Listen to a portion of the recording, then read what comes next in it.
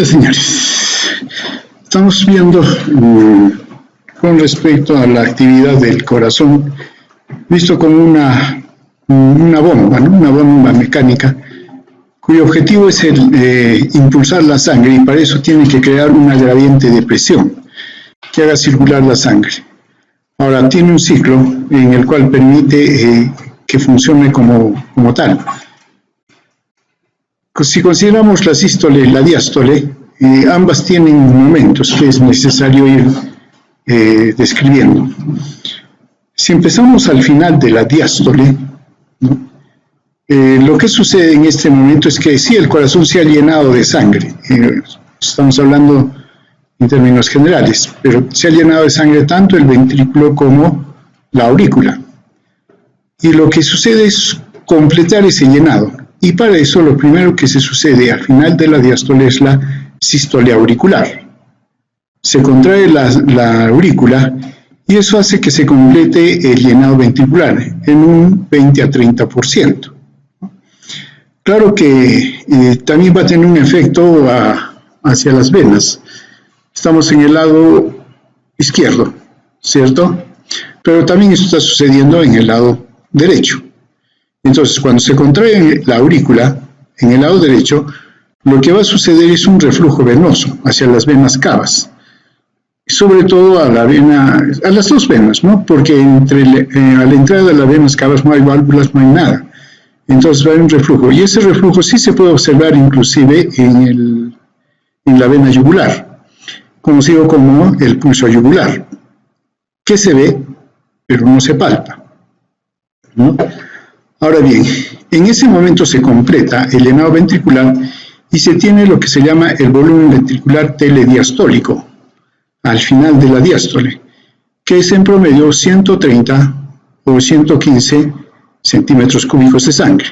Eso es en promedio en un corazón sano, digamos, en persona adulta, ¿no? Después de esto ya viene la sístole ventricular. En un primer momento lo que se da es la contracción isovolumétrica, ¿no? Pero cuando se ha cerrado, cuando se ha completado y al iniciarse la contracción ventricular isovolumétrica, lo que hay es el cierre de las válvulas auriculoventriculares, la mitral y la tricuspidia, ¿no?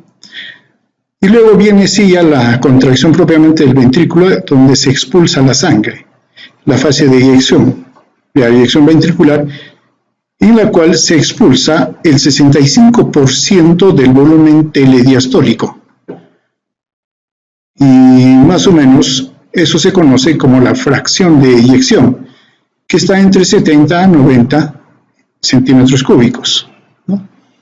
Ahora, esto es importante porque esa es una forma de medir la capacidad funcional del ventrículo o del corazón. Y en buena cuenta, de esto depende el cumplimiento de satisfacer por parte del corazón al organismo de la sangre en la cantidad adecuada. Entonces, por cada latido, hay esta fracción de eyección que se expulsa de sangre hacia el organismo, el sistema circulatorio general.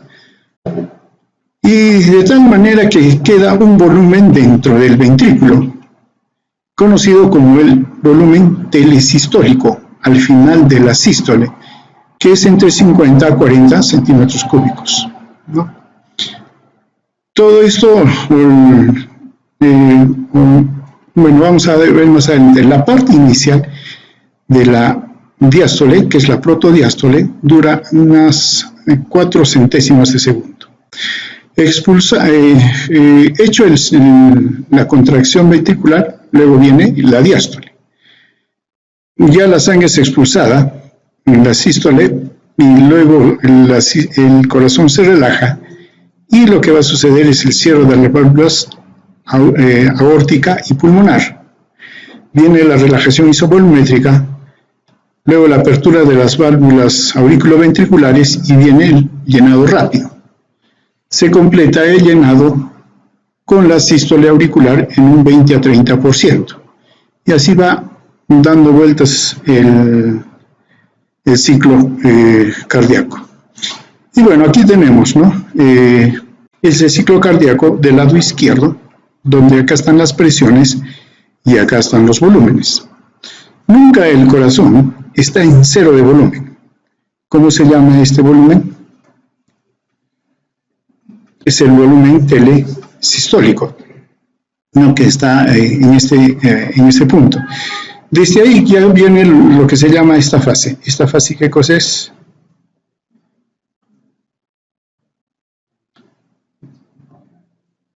Todo desde este momento hasta acá. ¿Qué fase del ciclo, qué momento del ciclo es ese?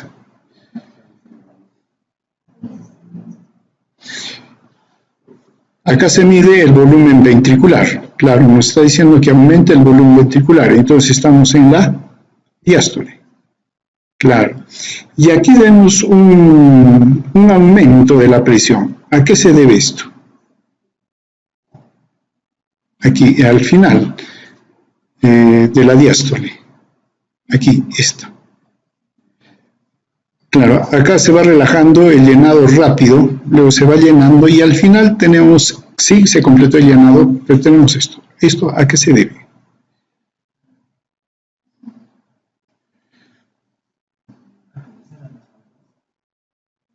No, estamos hablando de volumen y presión.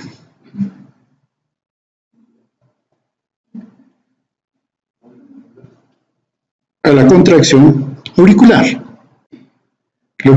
Esto es aquí, por eso es que hay una subida de presión. Claro, acá en el diagrama no es muy notorio, porque tampoco es muy fuerte, ¿no? La subida de presión. Pero sí, esto acá en este momento se ha dado la contracción auricular, ¿no? Y bueno, se completa y viene el cierre de las válvulas, en este caso la válvula mitral. Y lo que tenemos acá, esto, ¿cómo se llama? Claro, para eso están los letreros, ¿no? La contracción isovolumétrica. Hasta el momento en que la presión de la aorta es vencida. El promedio de la presión de la aorta es 80 milímetros de mercurio. Entonces, tiene que superar esos 80 y viene la fase de eyección. La fase de eyección rápida primero. Y luego, como ya se ha expulsado la sangre, ha disminuido la sangre dentro del ventrículo, es lógico entonces que la presión disminuya, ¿no? Hasta que llega un punto un poco superior a la presión de la columna, donde producto de la cantidad de sangre que está yendo hacia la aorta aumenta y la aorta hace primero una compliance y luego eso es en el momento de la máxima presión, pero después cuando ya disminuye empieza a hacer esto, pero aún manteniendo una presión un poco más elevada de los 80. Y eso hace que disminuya la presión ciertamente, pero no por debajo de de los 80, poco más arriba.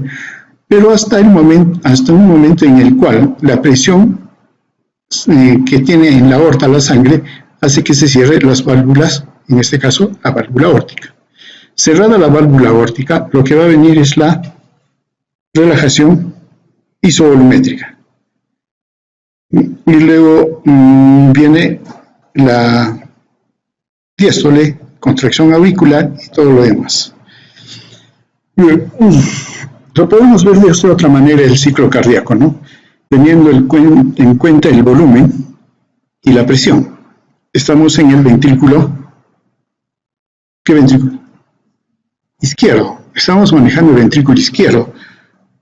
Esto está en el ventrículo izquierdo. Ahora bien, ¿qué tenemos aquí? Si nos vamos por lo rojito, ¿qué vendría a ser esto? La presión ventricular. Las presiones del ventrículo. Claro, exactamente no es cero, pero bueno, partimos de ese concepto. Y acá tenemos primero una elevación de la presión. ¿A qué se debe esta presión? Acá tenemos sístole, diástole, entonces esto es diástole. Este aumento de la presión, ¿a qué se debe?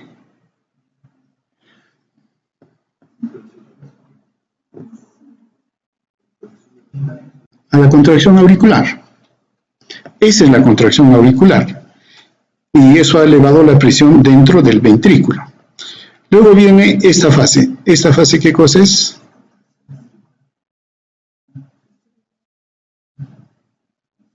este momento.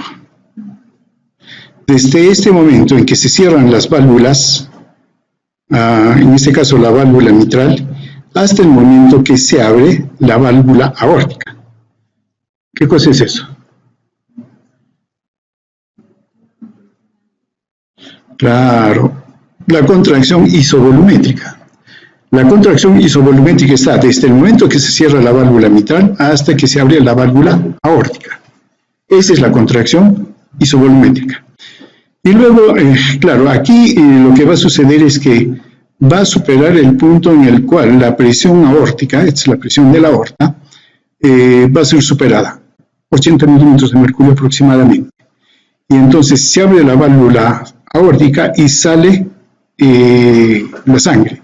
Y claro, si lo vemos en el ventrículo, el volumen cae, porque está saliendo la sangre. Entonces, tenemos esto. Y claro, en este momento las presiones tanto de la aorta como del ventrículo son iguales, ¿no? Y viene la fase de eyección. Sale la sangre hasta de que, obviamente por efecto de que ha salido la sangre, se eleva la presión, pero como ya sale, empieza a bajar la presión, disminuye y lo que va a suceder es que sigue bajando la presión del ventrículo, pero de la aorta no va a bajar, porque lo que sucede es un cierre de la válvula aórtica, se cierra. Y luego tenemos esta fase hasta el momento que se abre la válvula mitral. ¿Cómo se llama esta fase? Relajación isovolumétrica. Listo.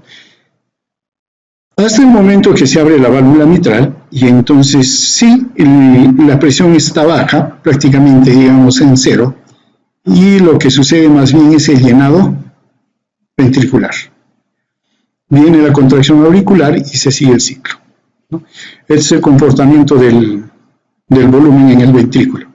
Claro, como ha habido contracción de la aurícula, en el ventrículo aumenta el volumen. Se mantiene constante en el momento de la contracción isovolumétrica, disminuye en la fase de eyección hasta llegar más o menos a los 50.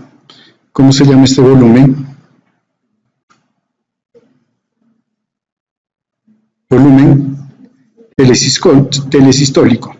Luego viene la fase de llenado, se completa con la contracción auricular. ¿Cómo se llama este volumen?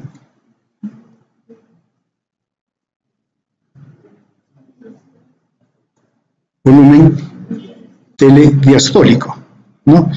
Listo, y disminuimos. Disminuye por la fase de eyección. Listo. Ahora, hay unos eventos que es necesario considerar. Acá tenemos el cierre de la válvula mitral, y eso se va a traducir en un ruido, conocido como el primer ruido, ¿no?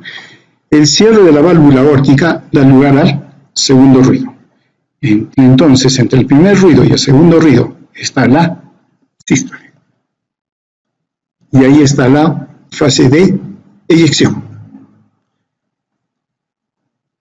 Ahora, desde el segundo ruido hasta el primer ruido del ciclo siguiente está la diástole.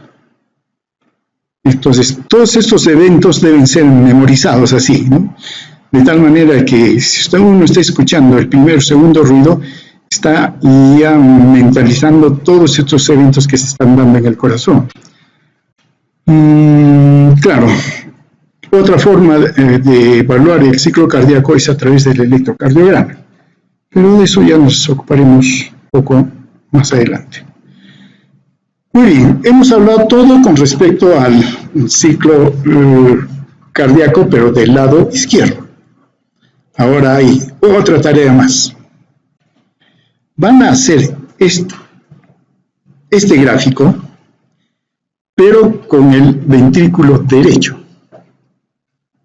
Acá este es del izquierdo. Van a hacer del lado derecho. Y lo mismo esto. Este es ventrículo izquierdo. Y lo que van a hacer es ventrículo derecho. ¿Listo? Muy bien. ¿Cuántas tareas llevan? Ya, vayan llevando las... Y claro, les indico, la tarea es por grupos, pero por los subgrupos que se han dividido. Claro, del grupo 1 hay dos, el A y el B, ¿no es cierto? Ya, el A trabaja y el 1A trabaja y el 1B trabaja, pero trabajan separados. ¿Listo? Entonces, de esa manera van a presentar las tareitas. Listo, volvamos a lo que nos ocupa ahora. Veamos lo del ciclo, o veamos qué está pasando comparativamente con el lado derecho y el lado izquierdo, ¿no? Claro, el comportamiento general es igual, ¿no?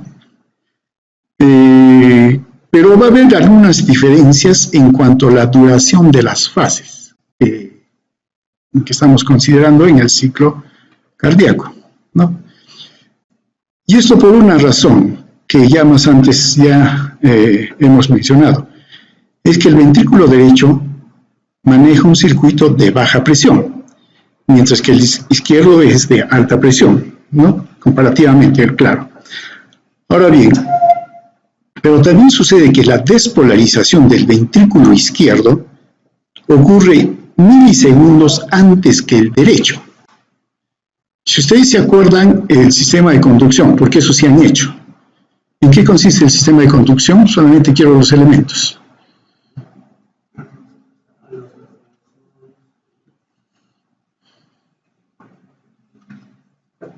¿Qué tenemos primero? Nodo sinusal.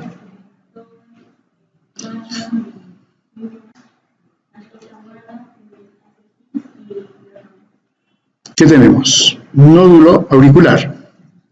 Fibras internodales, nódulo auriculoventricular, haz de His y fibras de Purkinje.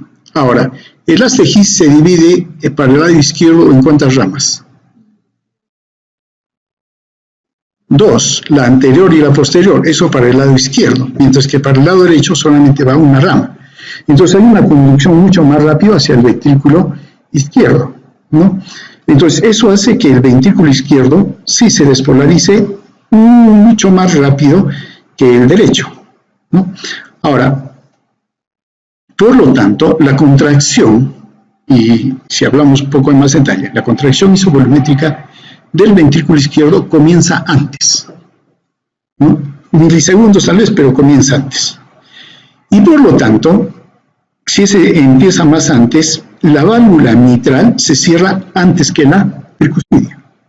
Le gana, ¿no? Claro que esta diferencia es bien difícil que nosotros lo escuchemos solo con el estetoscopio. Necesitamos de algún aparato, el fonocardiograma, por ejemplo, de alta resolución, para que nos haga esa diferencia, ¿no? Pero lo que está sucediendo es que el ventrículo izquierdo está adelantando al derecho, ¿no? Ahora, por otro lado, las presiones que deben vencer los ventrículos también son diferentes. El ventrículo derecho tiene que vencer la presión de la arteria pulmonar. Claro, acá hay un rango de 7 a 10 milímetros de mercurio. ¿Cuánto dijimos cuando hablamos de circulación pulmonar? Porque ya hemos hecho circulación pulmonar. 8, dijimos, ¿no? Mientras que el ventrículo izquierdo debe vencer una presión de la aorta de 80 milímetros de mercurio.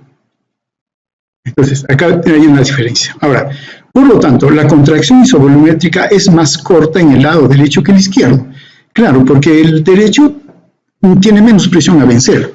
Claro que también su pared es más delgada, ¿no? Pero tiene que vencer menos presión. Entonces, la contracción isovolumétrica es más corta en el lado derecho que en el izquierdo. Ahora bien, por lo tanto, la eyección se inicia antes en el ventrículo derecho que en el izquierdo.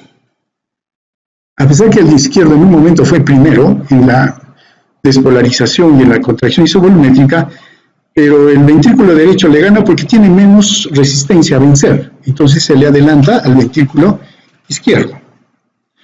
Ahora bien, la duración de las fases eyectivas son también distintas, justamente debido a las diferencias de presión. Mientras que el ventrículo derecho tiene que superar los 90 milímetros de mercurio, el derecho tiene que más o menos vencer los 8, 12 o 15 si quieren, como nos señalan acá.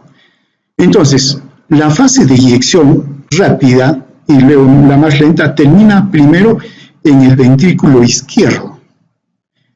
Y la válvula aórtica se cierra primero antes que la pulmonar. Porque está manejando más presión y está manejando con más fuerza. Eso es lo que está haciendo el ventrículo izquierdo.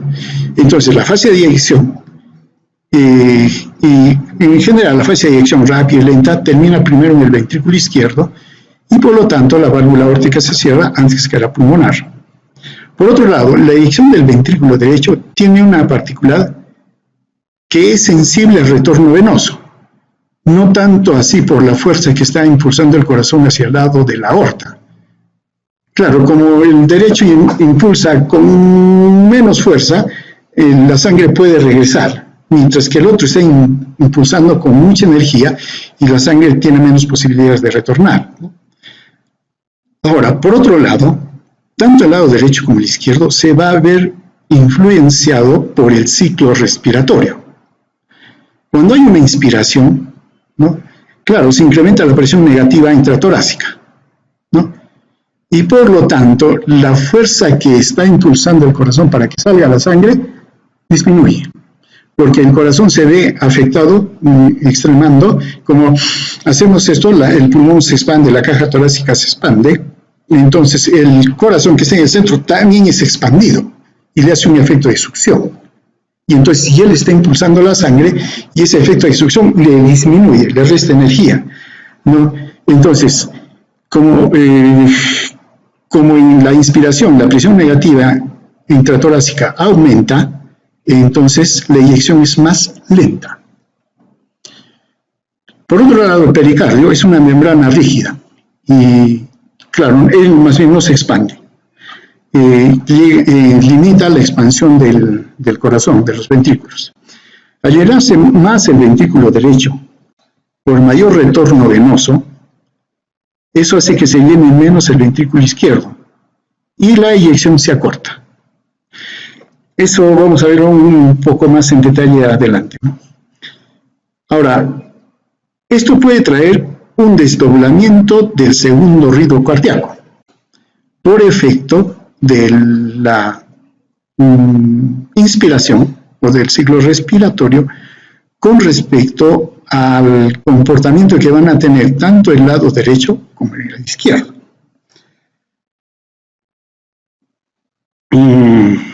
¿Qué tenemos acá? Bueno, lo que hemos mencionado. Acá está el primer ruido, que está compuesto por el cierre de dos válvulas, la mitral y la tricuspide. Por lo que hemos mencionado, primero va la mitral y luego le sigue el cierre de la tricuspide. Viene todo lo que se llama la sístole, la primera parte, la proto, la del medio meso y la tele, ¿no? Proto, meso, tele, eso sí también hay que aprenderse. Y luego el segundo ruido, que está producido por el cierre de la válvula aórtica y pulmonar.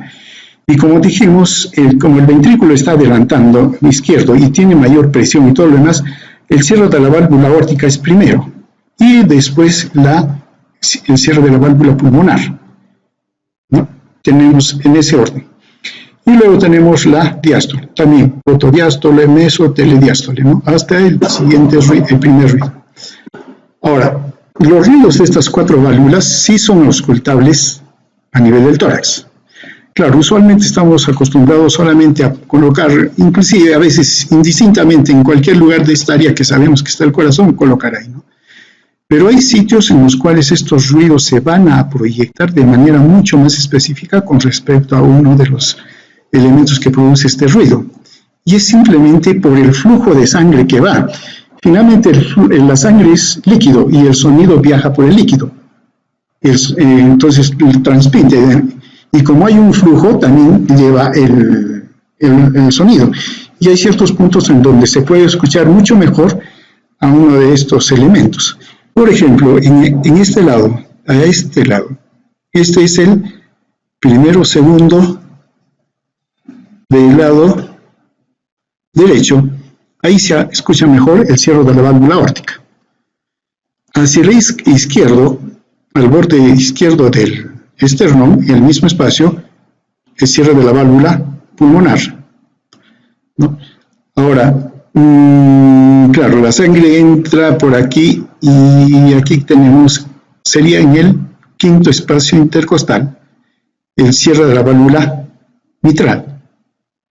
Claro, porque si se dan cuenta, la sangre está llegando de ambos lados, llega a la aurícula y llega al ventrículo y se viene para acá, ¿no? Llevando toda la sangre, y ahí es que se escucha aquí. Y a la misma altura, pero ya sobre la costilla prácticamente en el borde izquierdo del esternón, está el ruido de la tricuspidia, ¿no? Entonces tenemos los ruidos. Y esta es la ubicación de las válvulas, en la proyección. Muy bien. Entonces, claro, esto ya vemos, ¿no? Ya lo hemos visto, su proyección, y veamos los ruidos. El primer ruido, como mencionamos, se debe al cierre de la mitral y la tricuspidia. En el momento que no se llame es el inicio de la sístole, ¿no? Es posible escucharlo de manera como desdoblada en niños. Y es como un chasquido, no es tum, sino un chasquido, como hagan sonar su uña, ¿no? Aproximadamente ese es el ruido. Uno no escucha uno solo, sino un chasquido. Y ese en niños puede ser considerado normal, ¿no? Simplemente. El segundo ruido es por el cierre de la aorta y la pulmonar. Es el inicio de la diástole. Ahora, debido al ciclo respiratorio, puede haber un desdoblamiento fisiológico. En el momento de la inspiración se separan los dos ruidos, la aorta y la pulmonar, y se puede escuchar este desdoblamiento. También en una especie como chasquido, ¿no? Ahora, si el desdoblamiento es fijo o paradójico, es anormal. Claro que para el desdoblamiento paradójico, lo que resulta primero se cierra la válvula pulmonar y luego la aórtica, pero con el estetoscopio no podemos diferenciar, no sabemos cuál es la aorta, cuál es la pulmonar, ¿no? Entonces ahí sí necesitamos de otros elementos para hacer esa diferenciación. Pero sí, en la inspiración aparece el desdoblamiento, pero en la expiración desaparece. Ese es un desdoblamiento fisiológico. O si caso contrario, el desdoblamiento es tanto en la inspiración como en la expiración, eso es patológico. El tercer ruido, más bien, no siempre, hasta aquí estos dos sí siempre se escucha, digamos, en toda persona. El tercero y el cuarto, más bien tienen ciertas condiciones. El tercero puede existir. No es que siempre existe, puede existir. Y se debe al llenado pasivo del ventrículo. Es cuando la sangre entra al ventrículo y prácticamente golpea el ventrículo, ¿no? Y entonces se escucha ese ruido, como que entra una ola, ¿no? Y se inicia en la primera fase de la diástole, en la protodiástole. Ahora bien, puede ser fisiológico en niños y adultos menores de 35 años, sobre todo personas delgadas. Se puede haber ese ruido, pero también puede deberse a un aumento del gasto cardíaco, una dilatación ventricular, incremento de la velocidad y volumen del flujo sanguíneo, aumento del gasto cardíaco. Eso nos estaría señalando que un crecimiento del corazón, y eso va por una insuficiencia cardíaca, lo mismo que la dilatación. El incremento de la velocidad, ¿en quién se puede dar un incremento de la velocidad del flujo sanguíneo? Cuando la sangre es rala, disminuye su viscosidad. ¿Y cuándo disminuye la viscosidad, por ejemplo? Cuando hay anemia. Entonces, en una persona con anemia se puede escuchar el tercer ruido. Es porque su sangre es más fluida, más líquida, y entra al corazón llenando al ventrículo y produce ese sonido. Estos casos más bien sí son definitivamente un problema cardíaco. El cuarto ruido siempre es patológico, siempre, ¿no? Se debe a un aumento de la contracción auricular que expulsa la sangre, ¿no?, que queda en la aurícula al final de la diástole. Entonces, el cuarto ruido, ¿en qué momento se escucha? en la telediástole, en ese momento, ¿no? Al final de la diástole. Típico en trastornos de insensibilidad del ventrículo, una hipertrofia ventricular izquierda, por ejemplo, ¿no? Y también una hipertrofia ventricular derecha, debido a una estenosis aórtica o pulmonar, por ejemplo, ¿no? En una miocardiopatía hipertrófica, inclusive una cardiopatía isquémica, cuando hay lesión. El cuarto ruido es siempre patológico. El tercer ruido puede ser en niños y en adultos, ¿no? Fisiológico. No es que siempre esté ahí, pero hay que cuidar porque puede estar detrás de eso estas patologías. En cuanto al segundo ruido que hablamos, al desdoblamiento, ¿qué sucede durante la inspiración? Acá tenemos ambos ventrículos, el derecho y el izquierdo. Cuando hay la inspiración, la presión del tórax, la presión negativa aumenta. Y entonces, ¿tiene un efecto sobre la sangre? Sí, por un lado, tiene un efecto de succión, ¿no? Hace esto. Y acordémonos que las venas cavas están llegando hacia el lado derecho. Entonces, ese efecto de succión hace que entre más sangre hacia el ventrículo. Entonces, el ventrículo se llena más. Pero, ¿qué le está pasando al lado izquierdo? En el lado izquierdo, en el momento de la inspiración, los pulmones se están expandiendo, pero la sangre está viniendo de los pulmones hacia el lado izquierdo del corazón. Y más bien al expandirse, más bien jala o evita que la sangre llegue con mayor facilidad al ventrículo izquierdo y por lo tanto demora. Y el llenado en el ventrículo izquierdo disminuye. Entonces, como el ventrículo derecho se ha llenado más y el ventrículo izquierdo se ha llenado menos, cuando viene el momento de la contracción, el ventrículo derecho tiene más volumen a expulsar y por lo tanto el cierre de la válvula pulmonar se retrasa. Y por otro lado, el cierre de la válvula aórtica, como tiene menos sangre, se adelanta. Y por lo tanto, ¿qué tenemos? Un adelanto del cierre de la válvula aórtica y un retraso de la válvula, el cierre de la válvula pulmonar. Y eso produce el desdoblamiento del segundo ruido. Ahí se desdobla. En la expiración, más bien sucede lo contrario. En la expiración, claro, la presión pulmonar disminuye, entonces, disminuye. El llenado del ventrículo derecho es más difícil, por así decirlo, y entonces el ventrículo derecho se llena menos. Los pulmones que se están disminuyendo es como que se exprimieran, entonces al ventrículo izquierdo le llega más volumen. Y entonces el cierre de la válvula aórtica se retrasa y el cierre de la válvula pulmonar, se retrasa y el cierre de la válvula pulmonar se adelanta y se juntan los dos nuevamente. Y en el momento de la expiración se escucha como uno solo. Y lo mismo va a suceder en el siguiente ciclo, ¿no? Entonces, eso es lo que sucede cuando hay un desdoblamiento o el porqué del desdoblamiento del segundo ruido cardíaco. Bien, sigamos. Cuando se hace esfuerzo, el corazón late más rápido. Eso, de hecho, significa que el ciclo cardíaco disminuye. Pero miren, si contamos con una frecuencia de 65 ciclos por minuto, la sístole dura 0.27 de minuto, mientras que la diástole dura 0.62. ¿No? De minuto, de segundo. De segundo, claro, no es minuto, es segundo, ¿no? Y total, un ciclo dura 0.89 de segundo, menos de un segundo. Es rápido. Pero en caso de que aumentase la frecuencia cardíaca, claro, este es un extremo, si ambos ciclos ambas fases disminuyen, la sístole disminuye, pero quien disminuye mucho más es la diástole.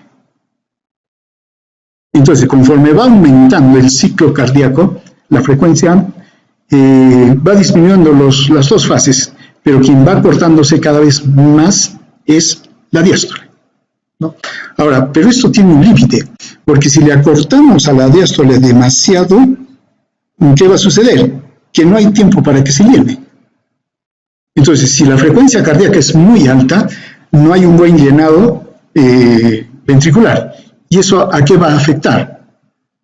A la fracción de eyección, ¿no? Entonces, ahí el corazón empieza a entrar en problemas. Se considera que el corazón puede tener un llenado ventricular adecuado hasta una frecuencia de 180 ciclos por minuto. Todavía se considera, ¿no? Siempre y cuando, obviamente, el retorno venoso sea el adecuado. No hay problemas con el retorno venoso, ¿no? También se considera que la velocidad máxima de contracción del ventrículo es hasta 400 por minuto, 400 contracciones. Y la velocidad máxima de conducción del nodo auriculoventricular, que es el clave, es de 230 por minuto. O sea, aunque, digamos, a su máxima velocidad el nodo auriculoventricular esté enviando la orden, el corazón, el ventrículo todavía tiene una frecuencia mucho más alta con la cual puede responder. Y eso sucede, sí sucede, cuando por ejemplo hay una arritmia cardíaca de un foco ectópico a nivel del ventrículo. Está obedeciendo tanto a la orden del nodo auriculoventricular que está llegando a través de las tejidas y todo lo demás, y también está obedeciendo a un foco ectópico que le está también dando órdenes. Y eso aumenta la frecuencia cardíaca, sí, hasta que entramos a una arritmia cardíaca, ¿no? Y sí, y a una fibrilación ventricular. Y en la fibrilación ventricular el corazón ya no hace esto, sino está así, sí. Y eso implica ¿qué? Un paro cardíaco. Un paro cardíaco no es solo que se detenga el corazón, sino es también que empieza a hacer fibrilación. Y hace solo esto, ya no hace esto. Y eso es sinónimo también de paro cardíaco, ¿no? Bien, hasta aquí con la parte mecánica, digamos. ¿Alguna pregunta?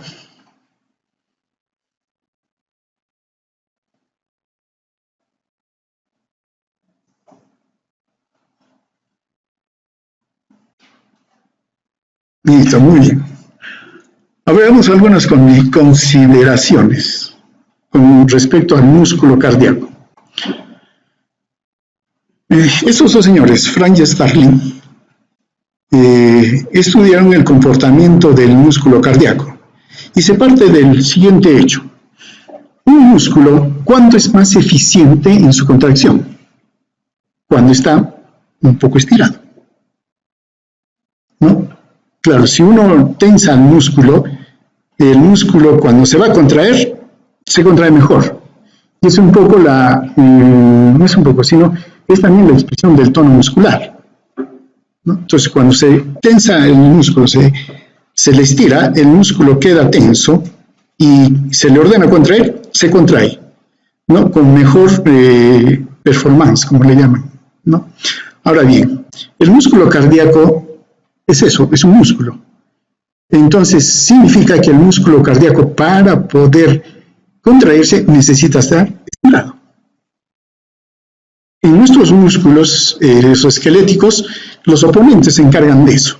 Si yo quiero tener una buena contracción, este músculo tiene que estar estirado. ¿Y quién lo hace?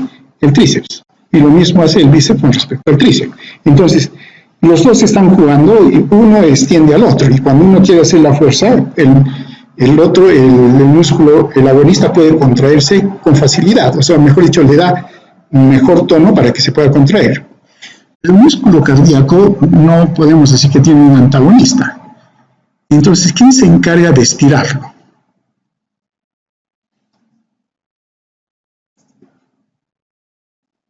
Alguien tiene que estirarlo. ¿Para qué? Para que pueda contraerse. Porque simplemente se contraería, se relaja, pero ahí queda. Alguien tiene que estirarlo.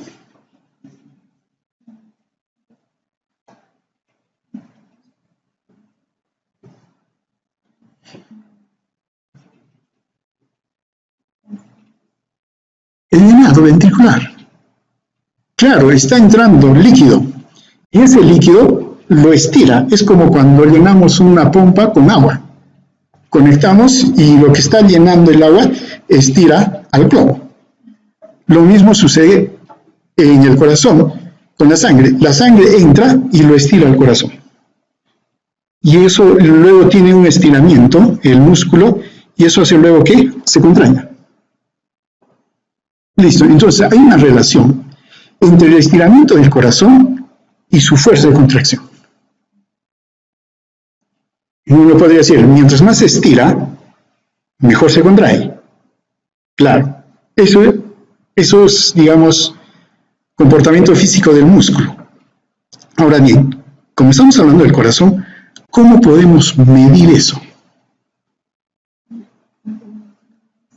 ¿Cómo podríamos medir eso? Podríamos medir la cantidad de sangre que entra al corazón, el volumen. Y eso nos daría una medida de estiramiento. Y luego podríamos medir el grado de fuerza que hace el corazón para ver su contracción. Listo. Pero eso en la práctica no se puede hacer. Claro, tendríamos que invadir al corazón y ponerles los sensores. No se puede. Entonces, ¿cómo se puede hacer eso? Si el volumen es el que estira, entonces podemos medir volumen, calcular volumen. Y segundo, la fuerza que hace el corazón eleva presión. Y entonces la fuerza de contracción se refleja en la presión. Y es lo que hicieron estos dos señores. Relacionar el volumen cardíaco del ventrículo izquierdo y la presión. Entonces, ellos encuentran que si el volumen del ventrículo izquierdo aumenta, la presión también aumenta. Y este sería el promedio. Aumentamos volumen, vamos aumentando presión. Aumentamos volumen. Claro que va a llegar un momento que por más volumen que añadamos ya la presión no va a aumentar. Es que también el ventrículo ya tiene un límite, ¿no? Ahora bien, ellos también parten del hecho de que los cambios en la contractilidad, o sea, la fuerza de contractilidad del músculo cardíaco, ayuda con respecto a la tensión. ¿Y quién le hace tensión? Le hace tensión el estiramiento, el volumen, ¿no?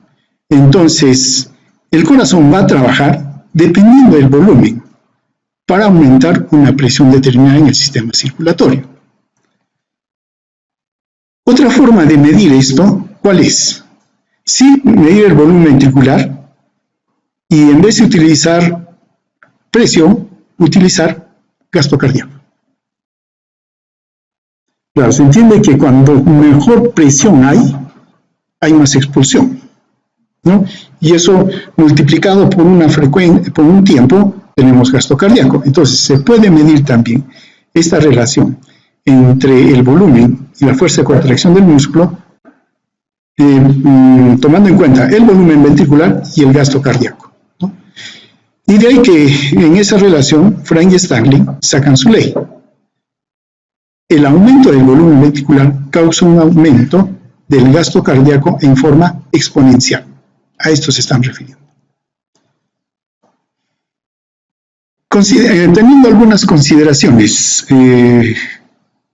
prácticas. Acá tenemos el rendimiento ventricular, llamémosles presión, llamémosles el gasto cardíaco. Y acá tenemos el estiramiento del miocardio, es el volumen ventricular, ¿cierto? ¿Qué significaría estas siglas?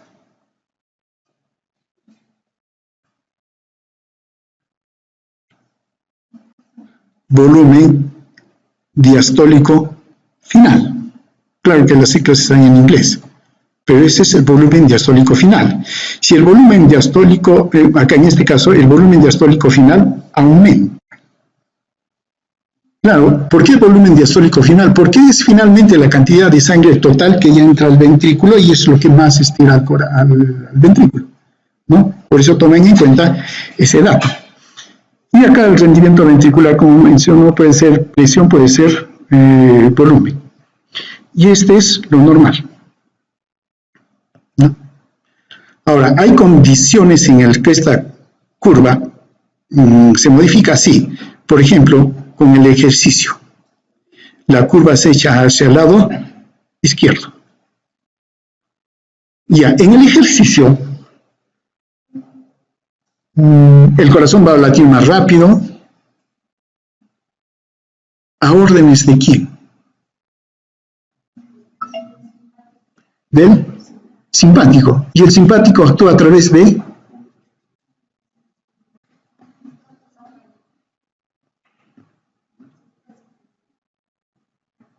noradrenalina, adrenalina. Entonces estamos hablando de catecolaminas. Las catecolaminas hacen que la curva se eche hacia el lado izquierdo.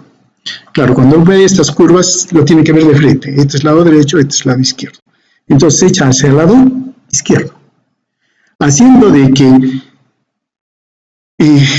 sí aumenta el volumen telediastólico final, pero a cada aumento la fuerza de contracción es mucho más intensa, ¿no? Mucho más intensa. Y es por eso que en el ejercicio el corazón puede, y de hecho envía más sangre hacia el sistema circulatorio, por ese estímulo. La curva se está echando hacia el lado izquierdo. Pero, por ejemplo, ahí está y simplemente por analogía, si uno dice cuál será el efecto del sistema parasimpático, el sistema parasimpático más bien deprime al corazón, tiene el efecto contrario, hará que la curva se eche hacia el lado derecho. Claro, es simplemente por analogía, ¿no? Haciendo la deducción. Pero también pueden echar hacia el lado derecho algunos problemas, como la insuficiencia cardíaca, la depresión miocárdica, que inclusive puede ser letal, ¿no? Claro, estamos hablando ya de patologías. Listo.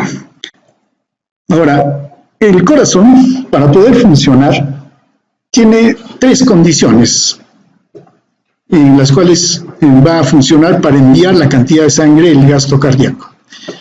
Depende de la precarga, depende de la poscarga y de la actividad contráctil propia del músculo. Son 3 factores, ¿no? Precarga, poscarga y actividad contráctil del músculo. Casi nos hemos dedicado con la ley de Frank-Stanley al propio músculo en particular, pero ahora tenemos que revisar la precarga y la poscarga. Yo creo que lo dejamos para mañana. ¿Listo? Muy bien. Nada más.